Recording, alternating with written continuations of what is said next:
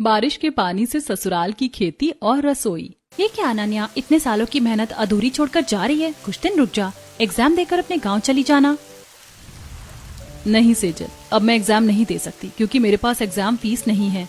क्या बकवास कर रही है तू? तेरे चाचा शहर के जाने माने बिजनेसमैन है, खुद मेरे पापा तेरे चाचा के पास एम्प्लॉय हैं, और तू कह रही है कि तेरे पास एग्जाम फीस के पैसे नहीं है? हमारे ग्रुप में सबसे अमीर लड़की तू ही तो है। नहीं, मैं एक गरीब किसान की बेटी हूँ जिसने अपनी 8 साल की बच्ची को गांव से अपने चाचा के साथ शहर भेजा पढ़ाई लिखाई के लिए। मम्मी पापा मेरी पढ़ाई लिखाई के लिए पैसे भेजा करते थे, लेकिन पिछले 2 सालों से गांव में सही से बारिश न होने की वजह से हमारी खेती अच्छी नहीं हुई। मुझे पढ़ाने के लिए अब तक मम्मी ने अपने सारे गहने और पापा ने अपनी जीवन भर की पूंजी खर्च कर दी है। अरे तेरे पापा के पास पैसे नहीं है तो क्या हुआ, तेरे चाचा के पास तो है। अपने चाचा चाची से पैसे ले ले। अगर चाचा चाची पैसे देते तो क्या मुझे कोई शौक चढ़ा है जो मैं अपनी 3 साल की मेहनत और यहाँ तक पहुँचने के लिए पिछले कई सालों की मेहनत छोड़कर गाँव जा रही हूँ। और वैसे भी मेरी चाची ने मेरी मम्मी से मेरी शादी की बात चला दी है। अब मम्मी पापा मेरी शादी करवाना चाहते हैं। इसका मतलब तू अब शादी कर लेगी? अरे तूने इतनी पढ़ाई लिखाई की, उसका कुछ तो बेनिफिट होना चाहिए। पढ़ाई लिखाई का बेनिफिट तो पढ़ने के साथ साथ ही मिल जाता है। जो नॉलेज मैंने किताबों से ली है वो नॉलेज जिंदगी भर मेरे दिमाग में रहने वाली है। फिर मैं एग्जाम दूं या ना दूं कोई फर्क नहीं पड़ता। और वैसे भी मम्मी पापा ने मेरी शादी कराने का मन बना लिया है। वो चाहते हैं कि उनकी आंख बंद होने से पहले मेरे हाथ पीले हो जाए। उन्होंने मेरे लिए अपनी जिंदगी में बहुत सी कुर्बानियां दी हैं, इसीलिए मैं उनकी बात नहीं टालूंगी। अब चलती हूँ, मेरी ट्रेन आ गई है। और तुम संभल कर घर जाना, बारिश के मौसम में फिसलना और सड़क के गड्ढों से बचना। रेलवे स्टेशन की हल्की बूंदाबांदी में भीगती हुई जीन्स टॉप पहनी अनन्या और सेजल गले मिलती हैं। फिर अनन्या अपनी ट्रेन में चढ़ जाती है और मूसलाधार बारिश शुरू हो जाती है। साथ ही शुरू होता है एक नया सफर। नमस्ते, मैं वही चाचा हूँ जिसकी बात अभी मेरी भतीजी अनन्या कर रही थी। हाँ, दूसरे चाचाओं की तरह मेरा व्यवहार मेरी भतीजी के लिए कुछ सही नहीं रहा है, लेकिन शहर से पढ़ लिखकर गाँव जा रही मेरी भतीजी अब कुछ ऐसा करने वाली है जो इस बारिश कई लोगों की जिंदगी बदल देगा। और साथ ही ये भी साबित करेगी कि पढ़ाई लिखाई सिर्फ जॉब की ट्रेनिंग नहीं होती, बल्कि खुद को बेहतर बनाने का सफर होता है। और इस सफर में मेरी भतीजी बिना किसी एग्जाम के भी पास होगी। गांव की तेज बारिश में भीगते हुए अनन्या अपने माता पिता के छोटे से घर के दरवाजे पर पहुंचती है। अनन्या को देखते ही मीनाक्षी तुरंत दरवाजे पर आती है और अपने पल्लू से अनन्या का चेहरा और बाल पोंछते हुए अनन्या को प्यार से घर के अंदर लेकर आती है। अरे अरे बेटी, तुझे भीगने की क्या जरूरत थी? इतने सालों बाद शहर से गांव आई है, कहीं तू बीमार पड़ गई तो? मम्मी, मैं भले शहर से गांव आई हूँ, लेकिन हूँ तो इसी मिट्टी की। मुझे कुछ नहीं होगा। मैं तो बरसों से गांव की इस सुहानी बारिश में भीगना चाहती थी। बेटी, तू अपने सारे गम भुलाकर किस तरह मुस्कुरा रही है? तू हमें यही दिखाना चाहती है ना कि तुझे कोई दुख नहीं है, पर हम जानते हैं कि तेरे मन में एग्जाम न दे पाने का मलाल है, और ये सब हमारी गरीबी और मेरी बदनसीबी की वजह से हुआ है। मम्मी पापा, आज के बाद ऐसे शब्द अपनी जुबान पर मत लाइएगा। मैं गांव की पहली बेटी हूँ जिसने शहर जाकर पढ़ाई की है। सिर्फ कॉलेज ही नहीं बल्कि कॉलेज के साथ एग्रीकल्चर कोर्स भी किया है। इसके लिए आप दोनों ने गांव के कितने लोगों के ताने सुने और अपनी जिंदगी में कितने सेक्रीफाइसेस किए हैं।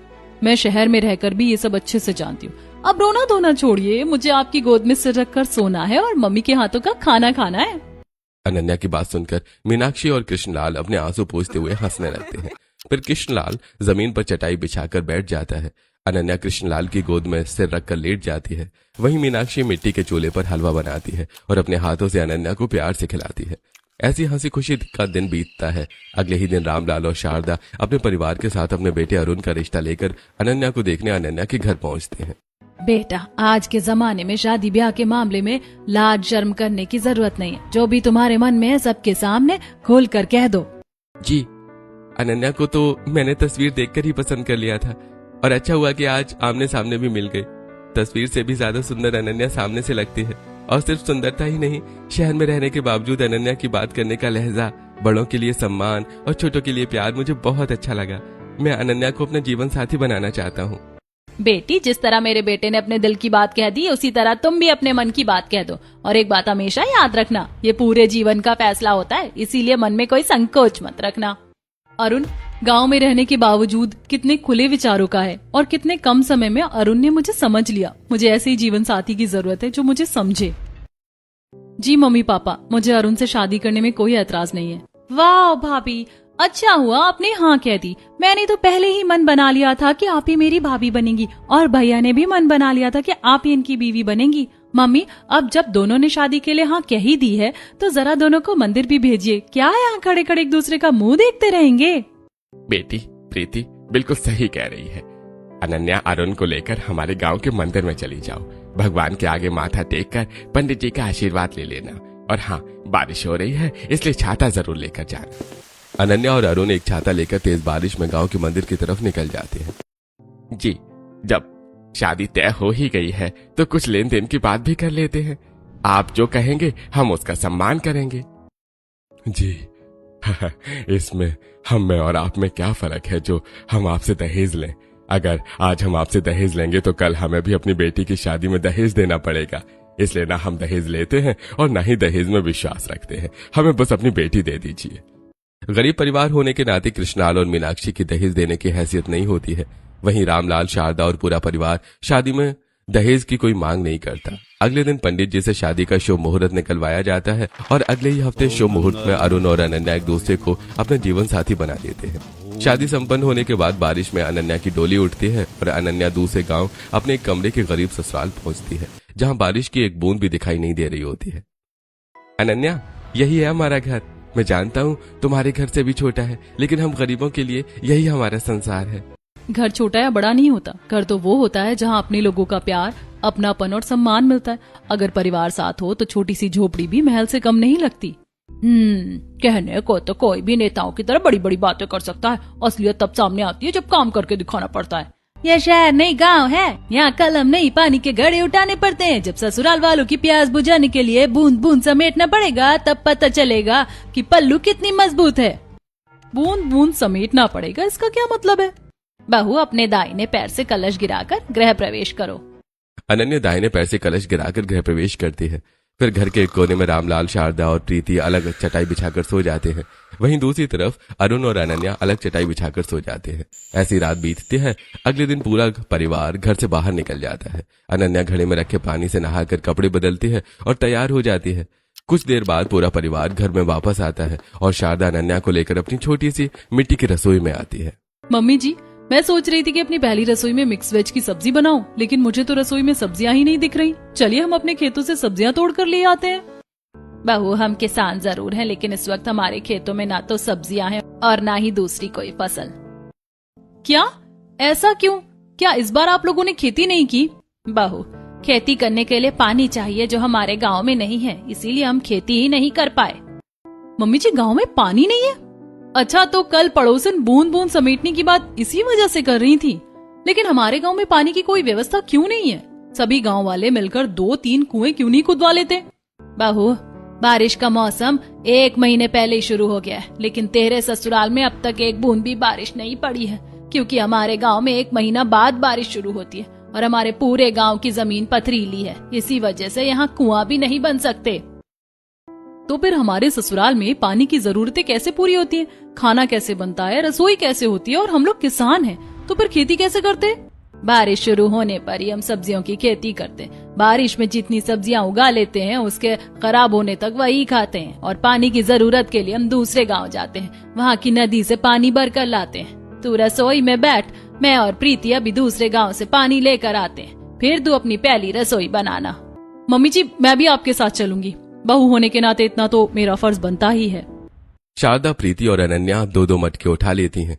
तीनों दूसरे गांव की तरफ पानी लेने निकल जाती हैं। करीब 2.5 घंटे बाद शारदा और प्रीति अपने अपने सिर पर मटके रखे आराम से गांव की तरफ चली आ रही होती हैं। वहीं अनन्या एक मटका सिर पर और दूसरा मटका कमर से पकड़ी लड़खड़ाते और डगमगाते हुए गाँव में पहुंचती है। अनन्या को देखकर गाँव की पड़ोसनें हंसने लगती हैं। वो देखो कैसे लड़खड़ाते डगमगाते मटकों में पानी लेकर आ रही है। अब इसकी बड़ी बड़ी बातें चाहे कम पानी हो जाएंगी।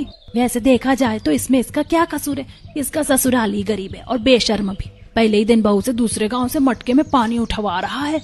मैंने तो पानी मंगवाने के लिए एक नौकर रखा है, वो मेरे पानी लेकर आता और हमारे पास तो बाइक भी है। मेरे पति दूर गांव जाकर सब्जियां खरीद कर लाते हैं और इन्हें तो बारिश के बाद साल के कुछ दिन ही सब्जी मिलती है।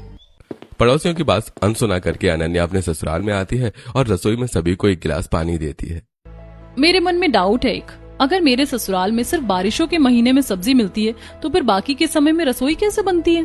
अरे बहू, अभी तो सिर्फ पानी लाना सीखा है, आगे आगे देखना गांव की जिंदगी क्या क्या सिखाती है।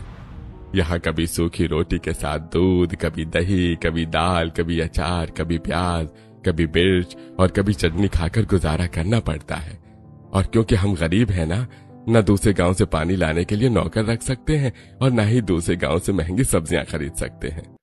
और इन्हीं सब कारणों की वजह से मैं अपनी बहन को आगे पढ़ा भी नहीं पा रहा हूँ, जबकि वो अभी और भी आगे पढ़ना चाहती है। भैया, अब इसमें मेरी पढ़ाई की बात कहाँ से आ गई? आप लोगों ने मुझे जितना पढ़ाया है वही मेरे लिए बहुत बड़ी बात है। प्रीति, तुम चिंता मत करो, तुम देखना एक दिन तुम अपनी पढ़ाई पूरी करने शहर जाओगी, बस सही वक्त आने का इंतजार करो। इतना कहकर अनन्या रसोई में चली जाती है और सभी के लिए चावल बनाती है। पूरा परिवार दही और चावल खाकर अनन्या की पहली रसोई पूरी करता है। समय बीतता है। आज अनन्या के ससुराल के आसमान में काले बादल छा जाते हैं और तेज हवाएं चलने लगती हैं। दुख भरे दिन बीते रे भैया, अब सुख आयो रे। रैन बसेरो रे रहना बरसो रे। पापा जी, अरुण, आप लोग तो बारिश के काले बादल देखकर मोर की तरह खुश हो रहे हैं। जैसे मोर काले बादल देखकर नाचने लगता है, वैसे ही आप दोनों भी खुशी से झूम रहे हैं। बहू, तेरे ससुराल में बारिश का पानी सिर्फ चाय पकौड़े खाने और गर्मी से राहत दिलाने वाली बारिश नहीं होती। ये तो हमारे लिए एक नए जीवन की शुरुआत होती है। भाभी, आप बस यूं समझ लीजिए कि आप लोगों का न्यू ईयर 1 जनवरी को आता है और हमारा पहली बरसात में। प्रीति, तुमने ये बात बिल्कुल सही कही है। अच्छा अरुण, तुम मेरे साथ हमारे खेतों में चलो। अरे नहीं बहू, पहली बरसात में नहाना सही नहीं होता, दूसरी बारिश होगी तब नहा लेना। मम्मी जी, मैं बारिश में नहाने खेत में नहीं जा रही हूँ, मैं तो व्यवस्था करने जा रही हूँ कि बारिश के बाद भी हम खेती कर सकें। क्या मतलब बहू, बारिश के बाद भी हम खेती कर पाएंगे? इसकी व्यवस्था? मम्मी जी, पापा जी, अरुण, प्रीति, पता नहीं मम्मी पापा ने आप लोगों को बताया है या नहीं, लेकिन मैं शहर में कॉलेज की पढ़ाई के साथ साथ एग्रीकल्चर की भी पढ़ाई करती थी। मुझे अच्छे से पता है कि हमारे गांव की जमीन में बारिश का पानी कैसे रोका जा सकता है। अगर हम अपने खेतों में पतली पतली लंबी सुराखें बना दें तो पहली बारिश के पानी में मौजूद अम्लीय तत्व मिट्टी के अंदर जाकर पथरीली परत को धीरे धीरे तोड़ देंगे। इसकी वजह से हमारे खेत की जमीन पानी सोखना शुरू कर देगी और पानी जमीन की गहराई तक पहुँच सकेगा। बहू, ऐसा थोड़े होता है। बारिश ही हम लोगों को नया जीवन देती है और तुम कह रही हो कि उससे जमीन के अंदर की पथरीली परत टूट जाएगी। अरे मुझे तो लगता है उससे वो और मजबूत हो जाएगी और खेतों में सुराख करेंगे तो हम खेती कैसे करेंगे? पापा जी, एक बार बारिश का पानी पूरे खेत में भर जाएगा, उसके बाद जब हम जुताई करेंगे तो मिट्टी अपने आप उन सभी सुराखों को भर देगी। ये सुराख दिखाई भी नहीं देंगे, लेकिन बारिश का पानी नीचे तक जाकर मिट्टी को अंदर से उपजाऊ बना देगा। मेरा यकीन मानिए, इससे हमारी खेती पहले से भी ज्यादा अच्छी होगी। अनन्या, मैंने तुम्हें सिर्फ अपना जीवन साथी नहीं चुना है, मुझे तुम्हारी समझदारी पर भी पूरा भरोसा है। अगर तुम कह रही हो तो जरूर ऐसा ही होगा। हाँ बहू, मुझे भी तुम पर पूरा भरोसा है। तो फिर चलिए काम शुरू करते हैं। देखिए, बारिश की बूंदें भी शुरू हो गई हैं। अनन्या, अरुण, शारदा और प्रीति के साथ खेत की तरफ निकल जाती हैं और रामलाल मुंह फुलाकर घर के एक कोने में बैठ जाता है। वहीं अनन्या सभी को लंबी लोहे की सरिया देती है और सब बारिश में खेत में 10-10 फुट गहरे सुराख बनाने लगते हैं। अनन्या, इतना ठीक है ना? यह सरिया और अंदर धसानी है। अरुण, इतना काफी है क्योंकि सिर्फ 10 फुट गहरी सुराख ही बनानी है। भाभी, आप इतनी ही गहराई तक खेत में सुराख क्यों बनवा रही हैं? क्योंकि जब मैंने पहले सरिया जमीन में धसाई थी तो करीब 9 फुट नीचे जाकर सरिया रुक गई थी। इससे समझ में आया कि वहाँ पथरीली चट्टान की परत शुरू होती है, इसीलिए मैं 10 फुट तक सरिया धसवा रही हूँ ताकि करीब 1 फुट तक उस चट्टानी परत में दरारें बन जाए। बारिश का पानी उन्हीं दरारों में जाएगा, चट्टान धीरे धीरे छोटे छोटे टुकड़ों में टूटेगी और समय के साथ मिट्टी में मिलकर जमीन को ज्यादा उपजाऊ बना देगी। बच्चों, जल्दी जल्दी काम करो, हम काफी देर से बारिश के पानी में खड़े हैं। हाँ माँ, बस हो ही गया है, सिर्फ 5 मिनट और लगेंगे। कुछ ही देर में पूरा खेत बराबर दूरी पर गहरे सुराख बनकर तैयार हो जाते हैं और बारिश के बीच खेत की टपरी में बैठकर बारिश बंद होने का इंतजार करने लगते हैं। तभी अपने खेतों में काम कर रहे गांव के लोग उनका मजाक उड़ाने लगते हैं। अरे क्या हुआ अरुण, भाई खेतों में सुराख करके बैठ गए, इस साल सब्जियां नहीं खानी है क्या? अरे यहाँ पे तो अपने बहू अपने साथ इतना दहेज लेकर आई है कि दूसरे गांव जाके सब्जियां खरीद लोगे। ऐसा कुछ नहीं है, मेरी भाभी ने हमारे खेतों के नीचे की पथरीली जमीन, जिससे हम इतने सालों से परेशान हैं, उसके लिए एक उपाय बताया है। अरे गांव के बड़े बड़े किसान इस पथरीली जमीन से परेशान होकर गांव छोड़ गए और तुम्हारी बहू खेतों में सुराख कराकर सोचती है कि मिट्टी के नीचे की चट्टान तोड़ देगी। अरे कैसे बेवकूफ लोग हो तुम। मम्मी जी, किसी से कुछ कहने की जरूरत नहीं है, हम सभी को नहीं समझा सकते। बारिश में भीगता हुआ दूर खड़ा रामलाल अपने परिवार का मजाक उड़ते हुए देखता रहता है। रामलाल का मन अंदर ही अंदर बुझ जाता है। रात हो जाती है। पूरा परिवार जमीन पर बिस्तर लगाकर सो जाता है। वहीं लगातार हो रही बारिश से मिट्टी की दीवारें भीगने लगती हैं और पानी के साथ बहते बहते सभी के बिस्तर तक पहुंच जाती हैं। तभी छप्पर से गली हुई सूखी घास और मिट्टी अनन्या के चेहरे पर गिरती है। अनन्या घबरा कर उठ बैठती है। मम्मी, मम्मी, क्या है, क्या है ये? बहू चिल्लाओ मत, बस हमारी छत की सूखी छप्पर गल कर गिरी है, तुम सुरक्षित हो। जब भी बारिश शुरू होती है छप्पर किसी न किसी के ऊपर गिरती जरूर है। मैं तो हर साल इसी बात से परेशान रहता हूँ। इस बारिश की वजह से ही हमारी रसोई में चूल्हा जलता है, हमारे खेतों में फसलें लहराती हैं और साल भर हमारा खर्चा चलता है। लेकिन यही बारिश हमारा घर रहने लायक भी नहीं छोड़ती। देखो, दीवारें भी गलने लगी हैं। मम्मी जी, क्या हमारी पूरी छत इसी तरह सूखी घास, पत्तों और मिट्टी की लिपाई से बनी हुई है? हाँ बहू, लेकिन तुम ये क्यों पूछ रही हो? मम्मी जी, मैंने तो बारिश के पानी से अपने ससुराल की खेती सुधारने के बारे में सोचा था, लेकिन अब इसी बारिश के पानी से मैं अपनी रसोई भी चलाऊंगी। आप लोग बस कल भी मेरा साथ दीजिएगा, फिर देखिए मैं क्या करती हूँ। पूरा परिवार घर के दूसरे कोने में जाकर लेट जाता है। रात किसी तरह बीतती है। अगली सुबह पूरा परिवार बारिश में भीगते हुए अपने घर की टूटती हुई छत को देख रहा होता है। मम्मी जी, पापा जी, अगर आप सब मेरा साथ दें तो आज से हमारी छत पर गिरने वाली एक एक बूंद पानी हमारे काम आएगा। दीवारें भी नहीं गलेंगी और बारिश का साफ पानी भी इकट्ठा हो जाएगा। बहू, अब छत का पानी पिलाओगी क्या? है, घास मिट्टी का छप्पर है छत। पापा, अनन्या का आइडिया सुनकर एक बार कोशिश करने में क्या जाता है? अगर आइडिया कारगर हुआ तो हमें ही फायदा होगा। भाभी बताइए हमें क्या करना है? पहले इस टूटी हुई छत के ऊपर बांस का ढांचा बनवाऊंगी। उसके ऊपर सूखी घास और बड़े बड़े केले के पत्ते ढलान बनाकर बांधेंगे ताकि बारिश का पानी मिट्टी की छत पर बिल्कुल ना रुके। फिर सबके छोर पर एक एक लंबा चीरा हुआ बांस बांध देंगे। वही बांस नाली का काम करेगा और छत का सारा पानी सीधे उस बड़े मिट्टी के मटके में पहुंचा देगा। इससे हमारी असली छत और दीवारों पर बहुत कम पानी गिरेगा, घर भी सुरक्षित रहेगा और बारिश का साफ पानी भी इकट्ठा होता रहेगा। इससे दीवार कैसे बचेगी? पापा जी, अभी पानी छत से चारों तरफ गिरता है, इसीलिए दीवारें लगातार भीगती रहती हैं। लेकिन अब सारा पानी बांस की नाली से सीधे मटके में जाएगा। दीवारों पर पानी कम गिरेगा, इसीलिए मिट्टी भी कम गलेगी। अरुण और प्रीति लंबे बांस ले आते हैं। अनन्या शारदा मिलकर बांस को बीच से चीरती है और रस्सियों की मदद से छत के किनारे मजबूती से बांध देता है। पूरा परिवार मिलकर बांस की नाली छत से बड़े मिट्टी के मटके तक जोड़ देता है। कुछ ही देर में बारिश का पानी बांस से बहता हुआ सीधे मटके में गिरने लगता है। दीवारों पर पहले की तुलना में बहुत कम पानी गिर रहा होता है और अगले दिन अनन्या अपने खेत में एक बड़ा कुंड खुदवाती है। लगातार हो रही बारिश से कुंड भर जाता है। जब तक बारिश होगी हमारी खेती तो बारिश के पानी के भरोसे चलती जाएगी। लेकिन बारिश रुकने के बाद भी कुछ दिनों तक इस कुंड का पानी धीरे धीरे जमीन में समाता रहेगा, जिससे खेत खुद ही नमी सोखते रहेंगे और जरूरत पड़ने पर हम इसी पानी का ऊपर से छिड़काव भी करेंगे ताकि हमारी खेती लगातार चलती रहे। अरे वहाँ खड़े टाइम पास मत करो, आओ यहाँ सब्जियों की बुआई करो, वरना सारे अपने धरे के धरे रह जाएंगे। पूरा परिवार हल्की मुस्कान के साथ खेत में अलग अलग सब्जियों की बुआई करता है। कुछ समय बीत जाता है। अच्छी बारिश और अनन्या के नए तरीकों की वजह से कुछ ही दिनों में पूरे खेत में हरी भरी सब्जियां लहलाने लगती हैं। अनन्या ताजी सब्जियां तोड़कर अपनी रसोई में ले आती है। आज मैं मिक्स वेज बनाऊंगी, आलू, बैंगन, परवल सब मिलाकर स्वादिष्ट सब्जी बनाऊंगी। साथ में इन सबका चोखा और चटनी भी बनाऊंगी। इतने समय बाद सब्जियां खाने का मौका मिला है। मेरे ससुराल वालों ने तो इन सब्जियों के लिए पूरे 1 साल इंतजार किया है। अनन्या कहीं दूर से पानी लाने की बजाय रेन हार्वेस्टिंग से इकट्ठा किए पानी से सभी सब्जियां अच्छी तरह धोती है। फिर उसी पानी से खाना बनाती है। पूरा परिवार चटकारे लेकर खाना खाता है। देखते ही देखते पूरे परिवार की बारिश खुशी और सुकून के साथ बीत जाती है। भाभी, आप रसोई में बैठी क्या कर रही हैं? चलिए पानी लेकर आना है। ननद जी, अब दूसरे गांव पानी लेने जाने की क्या जरूरत है जब रसोई में ही बड़े बड़े घड़े भरकर पानी रखा हुआ है। पर भाभी, ये तो बारिश का पानी है, वो भी इतने दिनों से रखा हुआ है, हम इसे कैसे पी सकते हैं?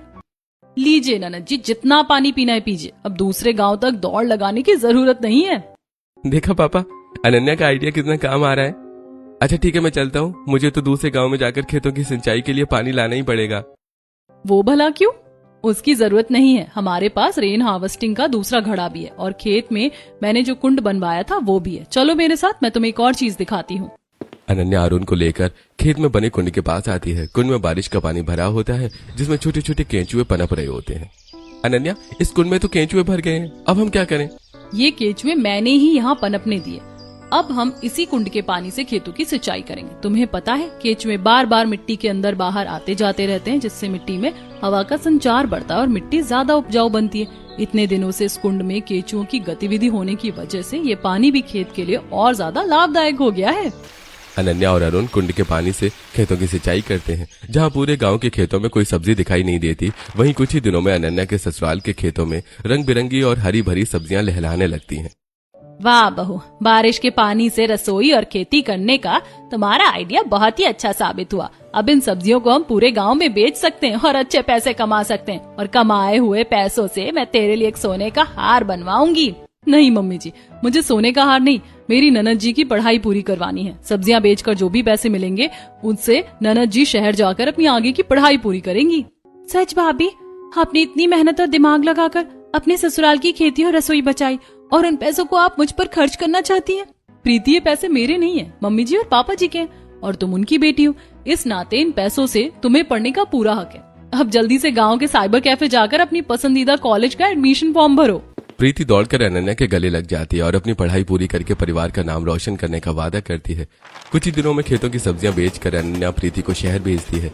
देखते ही देखते साल में सिर्फ 2 महीने खेती करने वाला ससुराल अब 6 महीने तक बारिश के पानी की मदद से खेती करने लगता है। और जो परिवार पहले रसोई के लिए मीलों दूर से पानी लाता था, अब वही परिवार बारिश के पानी से अपनी पूरी रसोई संभालने लगता है। ऐसे समय बीतता है, एक बार रामलाल के पैर में मोच आ जाती है और 1 हफ्ते से चल नहीं पा रहा होता है।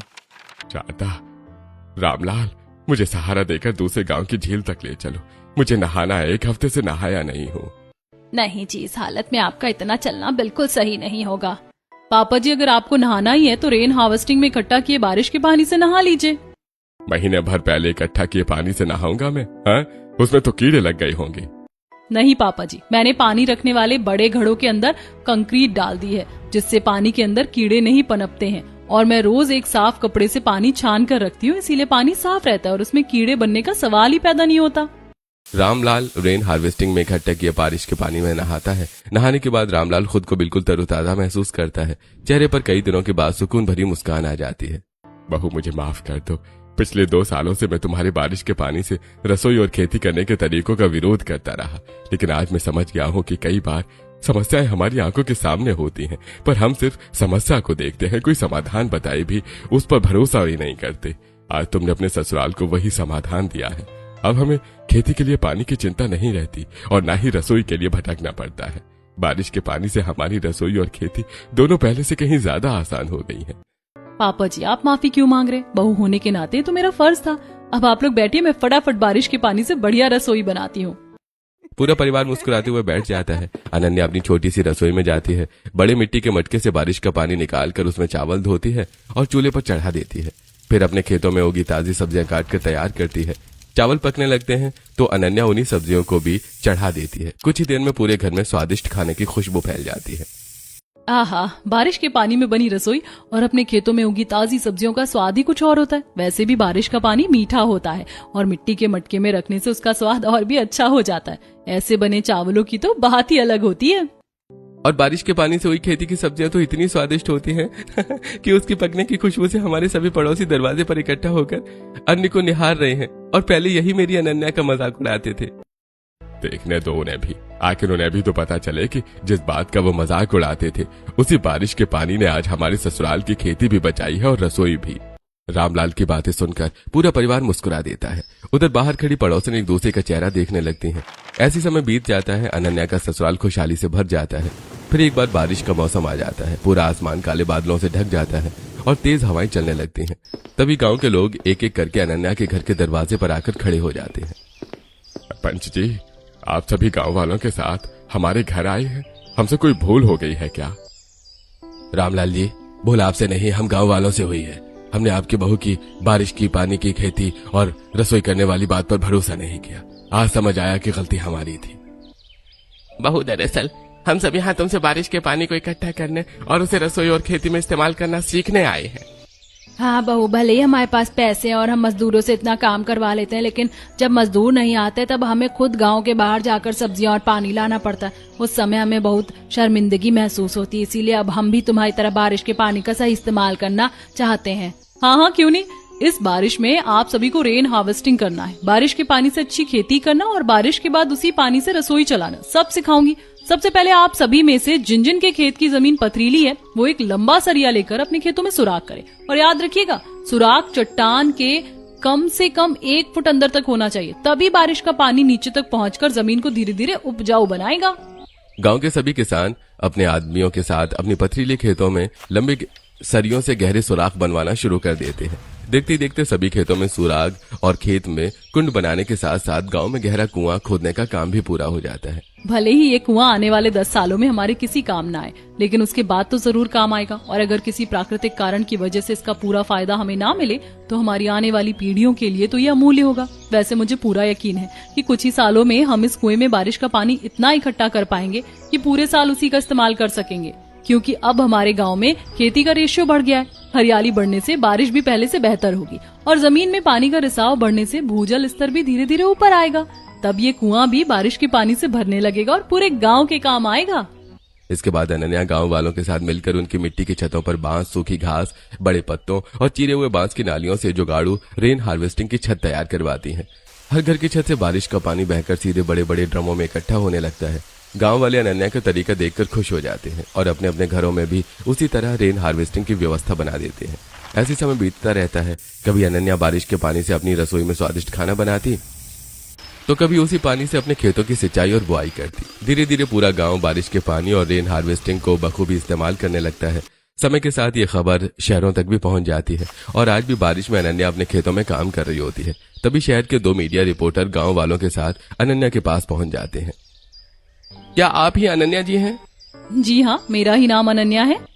अनन्या जी, आपने अपने छोटे से ससुराल को बारिश के पानी से खेती करना और रसोई संभालना सिखाया, साथ ही पूरे गांव वालों को भी रेन हार्वेस्टिंग के बारे में समझाया। आखिर ये सब आपको कैसे पता चला और आपने ये सब कैसे किया? ये सारी जानकारी मुझे मेरी एग्रीकल्चर की पढ़ाई की वजह से मिली है। ये पढ़ाई मैंने शहर में अपने चाचा के साथ रहकर की थी। अरे, जहाँ तक हमें पता चला, हम शहर में आपकी सहेली सेजल से मिले थे। उन्होंने बताया कि आपके चाचा चाची ने आपको आगे पढ़ने की इजाजत नहीं दी थी और आपके मम्मी पापा से कहकर आपकी शादी भी करवा दी। आप अपना एग्जाम भी नहीं दे पाई थी और फिर आपने इतना सब कैसे कर दिखाया? मैं बताती हूँ। प्रीति की आवाज सुनते ही सभी पीछे मुड़कर देखते हैं। सलवार सूट में 2 पुलिस कर्मियों के साथ डीएम प्रीति वहां खड़ी होती है। क्योंकि मेरी भाभी ने ज्ञान के लिए पढ़ाई की थी, एग्जाम के लिए नहीं। उनका मकसद पढ़ाई करके सिर्फ नौकरी पाना नहीं था, बल्कि ज्ञान हासिल करना था। और आज उसी ज्ञान की वजह से गांव के एक गरीब परिवार की लड़की डीएम बनकर वापस लौटी है। इसका मतलब सिर्फ बारिश के पानी से खेती और रसोई करके आपने अपनी नंद को डीएम बना दिया? जब हमारी बहू इस ससुराल में आई थी तब सभी ने हमारा और हमारी बहू का खूब मजाक उड़ाया था। लोग कहते थे कि हमारी काबिलियत नहीं है, इसलिए हमें बिना दहेज की शादी करनी पड़ी। लेकिन आज मैं सबको बताना चाहता हूँ कि भले ही हमने दहेज नहीं लिया, लेकिन बदले में ऐसा कोहिनूर पाया जिसने सिर्फ हमारे परिवार का नहीं बल्कि पूरे गांव का भाग्य बदल दिया। अनन्या जी, आप एक छोटे से ससुराल में इतना बड़ा बदलाव लेकर आई हैं। हमारे देश के युवाओं के लिए आप क्या संदेश देना चाहेंगी? भटके हुए युवाओं से मैं बस इतना कहना चाहूंगी कि हमेशा अपने लक्ष्य पर ध्यान दीजिए, और खासकर उन लोगों से जो अपनी परेशानियों से घिरे हुए हैं। मैं एक बात जरूर कहना चाहूंगी, परिस्थिति चाहे जैसी भी हो, कभी हार मत मानिए। जहाँ परेशानियां होती हैं, समाधान भी वहीं छिपा होता है। इसीलिए हर मुश्किल में घबराने की बजाय धैर्य और समझदारी से काम लीजिए। अनन्या का ये संदेश धीरे धीरे देश भर के युवाओं तक पहुंच जाता है। कई युवा अपनी परिस्थितियों से हार मानने के बजाय अपने भविष्य को बेहतर बनाने में जुट जाते हैं। उधर प्रीति डीएम बनके बारिश के पानी से रसोई और खेती करने के मॉडल को और अधिक लोगों तक पहुंचाने के लिए विशेष अभियान शुरू करवाती है। और अनन्या आज भी अपने ससुराल में बारिश के पानी से स्वादिष्ट रसोई बनाती है और उसी बारिश के पानी से अपने खेतों में खेती करके सभी के लिए प्रेरणा बनी रहती है।